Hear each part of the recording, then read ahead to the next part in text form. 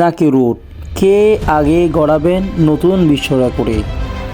Baggy green ক্যাপটা নিয়ে স্লিপে বা কভারে দাঁড়িয়ে আছেন, চোখের পলকে প্যাচ লুকিয়ে নিচ্ছেন। স্টিভেন স্মিথের ব্যাট নিয়ে যতটা না আলোচনা হয়, তার ফিল্ডিংয়ের গুণটা ততটাই যেন আড়ালে থেকে যায়। অথচ ফিল্ডার হিসেবেও অস্ট্রেলিয়ান এ তারকা যে অন্য সেটা প্রমাণ দিলেন মিলল সদ্য সমাপ্ত শ্রীলঙ্কা সিরিজে। টেস্ট ক্রিকেটের বয়স প্রায় 148 বছর হতে চলেছে। লম্বা এই সময়ে মাত্র 4 জন ক্রিকেটারের দখলে ছিল 200 ক্যাচ নেওয়ার রেকর্ড।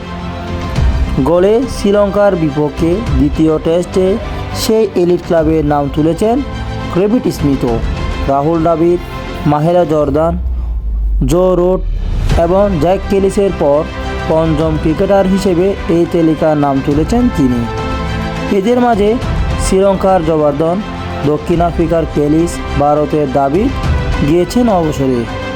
বর্তমানে খেলে চলেছেন ইংল্যান্ডের রুট এবং অস্ট্রেলিয়ার স্মিথ। তাদের দুজনের সামনেই আছে বিশ্ব রেকর্ড গড়ার দারুণ এক সুযোগ। টেস্টে উইকেট কিপার না থাকা অবস্থায় সবচেয়ে বেশি ক্যাচ নেওয়ার কীর্তি এখনও পর্যন্ত রাহুল দ্রাবিড়ের।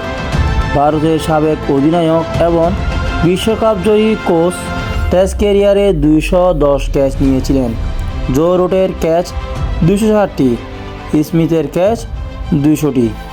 বিশ্ব রেকর্ডের দূরে রুট অনেকটা এগিয়ে থাকলেও সামনের দিনগুলোতে রুটের সামনে টেস্ট খেলার সুযোগ নেই। বিপরীতে স্মিথ পাবেন দক্ষিণ আফ্রিকার বিপক্ষে টেস্ট চ্যাম্পিয়নশিপের ফাইনাল।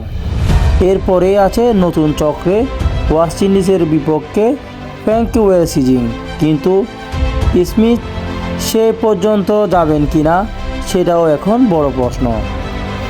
কদিন আগে এক সাক্ষাৎকারে অবসরের ইঙ্গিত দিয়েছিলেন অস্ট্রেলিয়ার এই ব্যাটার। বলেছিলেন, একদিন করে হিসাব করছি।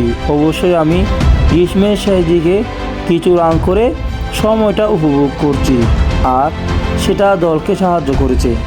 শ্রীলঙ্কার বিপক্ষে আমাদের প্রায় পূর্ণাঙ্গ একটা সিরিজ আছে, আর এরপরে টেস্ট চ্যাম্পিয়নশিপের ফাইনাল। দিন হিসেব করে পরিস্থিতি বুঝেই খেলে যাব। দেখা যাক সামনে কী হয়। 35 বছর বয়সী স্মিথ কিংবা 34 বছরের রুট দুজনেই আছেন অবসরে একেবারেই ধার প্রান্তে।